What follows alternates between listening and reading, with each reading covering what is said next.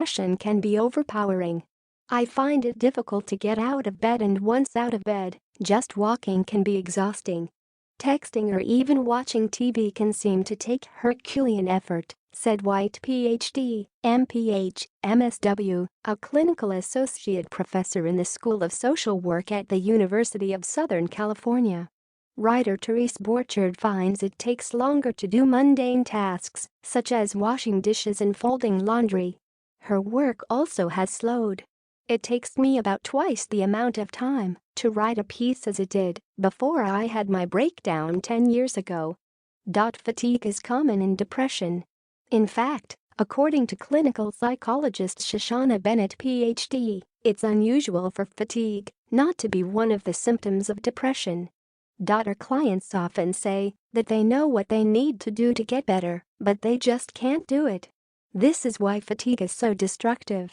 As people become tired, they stop participating in social experiences and enjoyable activities, said Margaret Werenberg, SID, a clinical psychologist and author of several books on anxiety and depression, including the 10 best ever depression management techniques.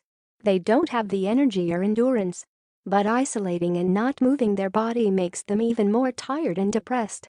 In short, fatigue and depression have a circular relationship, Werenberg said. Fatigue affects people emotionally, cognitively, and physically, according to Bennett. It slows down everything. It batters self-esteem, which is already low in people with depression. Many of Bennett's clients call themselves stupid. They think, "I don't even get the plot on that TV show. What's wrong with me?" Bennett, who struggled with postpartum depression, recalled the powerful deceleration of her motor skills. "It was very hard to get up off the couch. And my real self is active, task-oriented and productive. The best thing you can do to get better is to seek professional help. This typically includes working with a therapist and, for some people, taking medication as well. As this difficult illness abates, the extreme exhaustion and lack of energy will, too." Below are additional tips for navigating depression's overwhelming fatigue. 1. Eat nutrient-rich foods. Depression often causes appetite loss, especially when anxiety is present, said Bennett, author of 4 books on depression, including Children of the Depressed. She suggested setting an alarm for every 2 to 3 hours. When it rings, eat protein and a complex carbohydrate and drink water to stabilize your mood. Making sure I eat high-fuel foods throughout the day is a way to fight the inclination to skip meals, which would then make me more fatigued, said White, author of the book Preventing Bipolar Relapse. White eats high-fuel foods such as eggs, yogurt and meat, along with lots of raw greens and nuts. "My diet is extremely important," said Borchard, founder of Project Beyond Blue, an online community for people with treatment-resistant depression and other chronic mood disorders and their loved ones. She skips sugar altogether. Even though she gets an initial spike of energy, sugar makes her drag for days. Instead, she focuses on foods that level out her blood sugar. 2. Practice good sleep hygiene.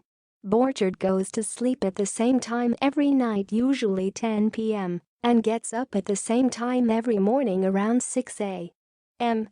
She also carves out quiet time in the morning to pray, meditate, read or do anything else that helps her mind rest. 3. Connect with others. Social engagement is powerful, Werenberg said. Social media, however, isn't the same, she said. When you're already fatigued and you check Facebook and see all the exciting and wonderful things people are doing, you'll probably feel worse, she said. It'll look like the world is having way more fun than you are.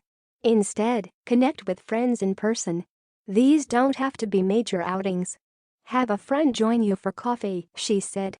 White finds it helpful to connect with friends who support her in taking baby steps until the clouds pass. 4. Adjust your expectations. I have to continually, like 4 times a day, readjust my expectations, said Borchard, who pens the blog Sanity Break and authored the book Beyond Blue, Surviving Depression and Anxiety and Making the Most of Bad Genes.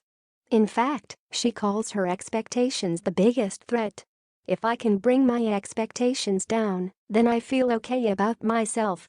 However, once I start comparing myself with other writers and people I respect, I'm in trouble. 5.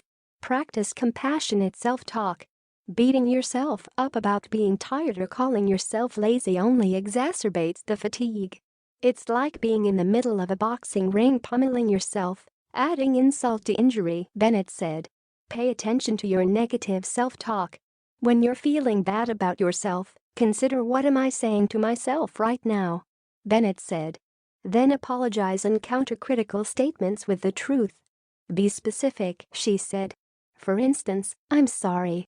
I didn't deserve that. I'm doing the best I can. This isn't laziness. I have a real illness. I'm taking good steps to help myself, such as attending therapy, drinking water and moving my body. I look forward to getting myself back. Also, consider what you'd say to a friend. And remember, depression is a difficult illness. As Bennett said, you can't snap out of depression any more than you can snap